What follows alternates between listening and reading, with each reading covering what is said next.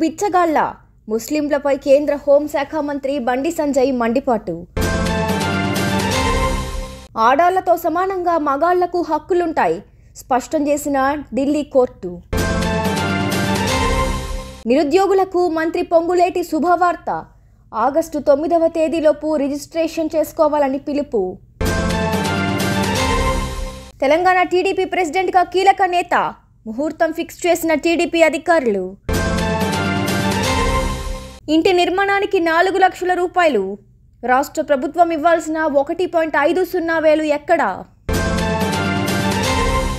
హిందువులేమైనా బిచ్చగాళ్ళనుకుంటున్నారా? మీ దగ్గర బిచ్చం ఎత్తుకోవాలన్నా రంజాన్ పండుగకు 33 కోట్ల రూపాయలు కేటాయిస్తారు. తబ్లిగే జమాతే సంస్థకు 2.4 కోట్ల రూపాయలు ఇస్తారు. బోనాల పండుగ సందర్భంగా పాత బస్తీలోని ఆలయాలకు 5 లక్షలు ఇస్తారా అంటూ కేంద్ర హోంశాఖ సహాయ మంత్రి బండి సంజయ్ కుమార్ రాష్ట్ర ప్రభుత్వంపై మండిపడ్డారు. బీజేపీ అధికారంలోకి రాగానే గల్లీ గల్లీలో అధికారికంగా బోనాల ఉత్సవాలను అత్యంత వైభవంగా నిర్వహిస్తామన్నారు. పాత బస్తీ భాగ్యలక్ష్మి అమ్మవారి ఆలయాన్ని గోల్డెన్ టెంపుల్గా మారుస్తామని స్పష్టం చేశారు. మజ్లిస్ పార్టీ గోడ మీద పిల్లి లాంటి పార్టీ. అక్బరుద్దీన్ ఓవైసీకి డిప్యూటీ సీఎం పదవి ఆఫర్. 2 పార్టీల అవకాశవాదానికి పరాకాష్ట. కొడంగల్ నియోజకవర్గం కాంగ్రెస్ మజ్లిస్ పార్టీల జాగీరా. దమ్ముంటే కొడంగల్లో పోటీ చేయాలి. అక్బరుద్దీన్కు డిపాజిట్ రాకుండా చేస్తాం, మజ్లిస్ను నామరూపాలు లేకుండా చేస్తాం అంటూ బండి సంజయ్ ధ్వజమెత్తారు. ప్రభుత్వాలు మారుతున్నాయి,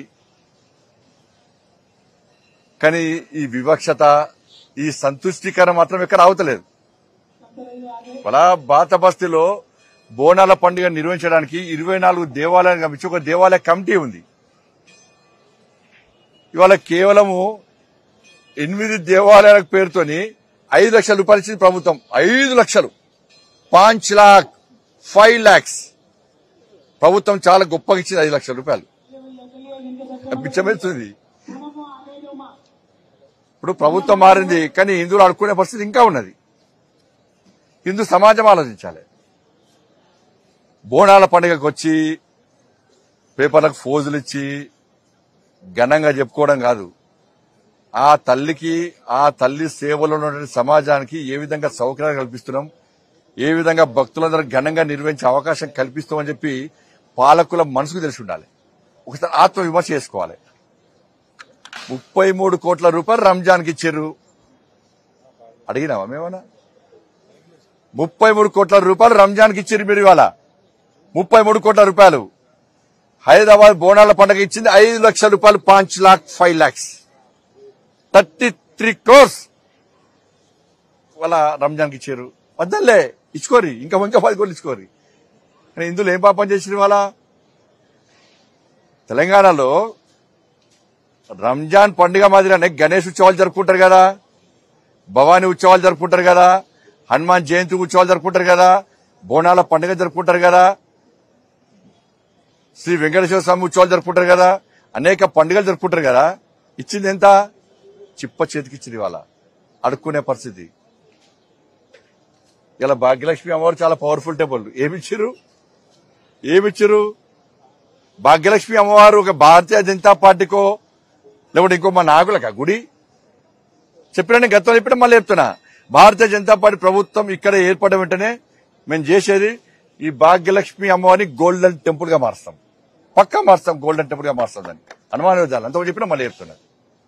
అంటే 33 కోట్ల రూపాయలు రంజాన్కి ఇచ్చారు. ఇబ్బందులు ఇచ్చుకోండి, కానీ మాకెందుకు ఏరియాలా అడుక్కోవాలి? ఇదే మాట్లాడితే మొదట తోమంటాను నేను. ఇప్పుడు 2,40,00,000 రూపాయలు అసెంబ్లీ సాక్షిగా ప్రభుత్వం చెప్పింది. కొంచెమన్నా ఆలోచన ఉండాలి. తబ్లిగే జమాతే ఇస్తామాట తెలంగాణకు సేవ చేసారు. ఏమన్నా తెలంగాణలో ముస్లిం సమాజాన్ని, ముస్లింల పేదల వర్గాన్ని ఆదుకునే ప్రయత్నం చేసింది జమాతే తబ్లిగ్ ఇస్లామీ ఆర్గనైజేషన్. అది ఇతర దేశాల్లో నిషేధింపబడిన సంస్థ. అది సరే, ఇక్కడికి వచ్చి ఇలా ముస్లిం సమాజాన్ని, ముస్లిం పేదలను ఆదుకునే ప్రయత్నం చేసింది. ఈ పాత బస్తీ ముస్లిం పేదలకు సేవ చేసిరు అంటే మీరు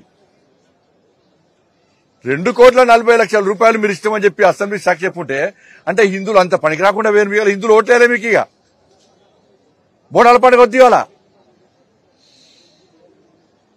ఇంత స్థాయికి దిగజారితే గత పాలకుల పరిస్థితి ఏమైందో ఒక్కసారి అర్థం చేసుకోండి. పండుగలను, ధర్మాన్ని, సనాతన ధర్మాన్ని, దేవాలయాలను వాటి లెక్కన చూడండి. నేను మాట్లాడుతుంటే రేపు మళ్ళా మాట్లాడతారు బండి సంజయ్ మతం అని పక్కా మాట్లాడతా. హిందూ సమాజం చెప్పాలి, బండి సంజయ్ నువ్వు మాట్లాడకు, వాళ్ళకి ఎన్ని వేల కోట్ల రూపాయలు నువ్వు మాట్లాడకు, మన పండుగలకు రూపాయి ఇవ్వకుండా మాట్లాడకు, మన దేవాలయాలు కబ్జా చేస్తాం మాట్లాడకు. పక్కా మాట్లాడతాం. మేమేం మతాన్ని వ్యతిరేకంగా మాట్లాడలేము. ధర్మాన్ని అవమానపరిస్తే, సనాతన ధర్మాన్ని కించపరిస్తే, దేవాలయ పండుగను పాలకులు అడుచుకోకుండా పక్కా మాడతాం. కానీ హిందూ సమాజం ఆలోచించాలని చెప్పి సందర్భంగా విజ్ఞప్తి చేస్తున్న పాలకులు మళ్ళీ చెప్తున్నా, అన్ని వర్గాలను సమానంగా చూడండి. హిందువుల పరిస్థితి బిచ్చ బతుకు ఏకుండి, అడుక్కునే పరిస్థితి తీసుకురాకండి. అన్ని వర్గాల ప్రజల మనోభావాలు కాపాడాలని చెప్పి నేను ప్రభుత్వాన్ని డిమాండ్ చేస్తున్నా. ఆడాళ్లతో సమానంగా మగవాళ్లకు కూడా హక్కులుంటాయని, మహిళలు వ్యక్తిగత కక్ష తీర్చుకోవడానికి పురుషులపై తప్పుడు కేసులు పెట్టరాదని ఢిల్లీ కోర్టు స్పష్టం చేసింది. ఓ వ్యక్తిపై ఓ మహిళ తప్పుడు రేప్ కేసు పెట్టినట్లు నిర్ధారణ కావడంపై న్యాయస్థానం స్పందించింది. సదరు మహిళపై వెంటనే చట్టపరమైన చర్యకు దిగాలని స్థానిక పోలీసులకు ఆదేశాలు వెలువరించింది. మహిళకు కొన్ని ప్రత్యేక హక్కులు ఉన్నమాట వాస్తవమే, అయితే వీటిని దుర్వినియోగం చేసుకోరాదని అదనపు సెషన్ జడ్జి షెఫాలి బర్నాలా టాంటన్ పేర్కొన్నారు. రేప్ వంటి తప్పుడు కేసులు పెడితే వీటిని ఎదుర్కొనే వ్యక్తి పరిస్థితి ఏ విధంగా ఉంటుందనేది మహిళ అర్థం చేసుకోవాలని న్యాయస్థానం ఆగ్రహించింది. ఉద్యోగాల కోసం సిద్ధమవుతున్న యువతకు మంత్రి పొంగులేటి శ్రీనివాసరెడ్డి గుడ్ న్యూస్ వినిపించారు. గ్రూప్ 2, 3తో పాటు రాబోయే పోలీసు ఉద్యోగాల కోసం ప్రయత్నించే యువత కోసం ఉచిత కోచింగ్ క్యాంపును త్వరలోనే ప్రారంభించనున్నట్లు తెలిపారు.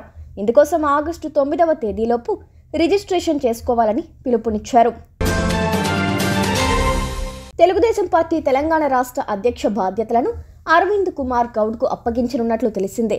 దీనికి పార్టీ అధినేత చంద్రబాబు నాయుడు గ్రీన్ సిగ్నల్ ఇచ్చినట్లు విశ్వసనీయ సమాచారం. 2 రోజుల క్రితం విజయవాడలో ఇద్దరు భేటీ అయినట్లు పార్టీ వర్గాలు తెలిపాయి. కాగా రాష్ట్ర అధ్యక్ష పోస్టుకు ఇప్పటికే పలువురి పేర్లు పరిశీలించినా బీసీ వర్గానికి చెందిన అరవింద్ కుమార్ గౌడ్ వైపే చంద్రబాబు మొగ్గు చూపినట్లు తెలిసిందే. దీనిపై శ్రావణ మాసంలో అధికారికంగా ప్రకటన చేసే అవకాశం ఉంది. అరవింద్ కుమార్ ప్రస్తుతం పార్టీ పొలిట్ బ్యూరో సభ్యుడిగా పనిచేస్తున్నారు.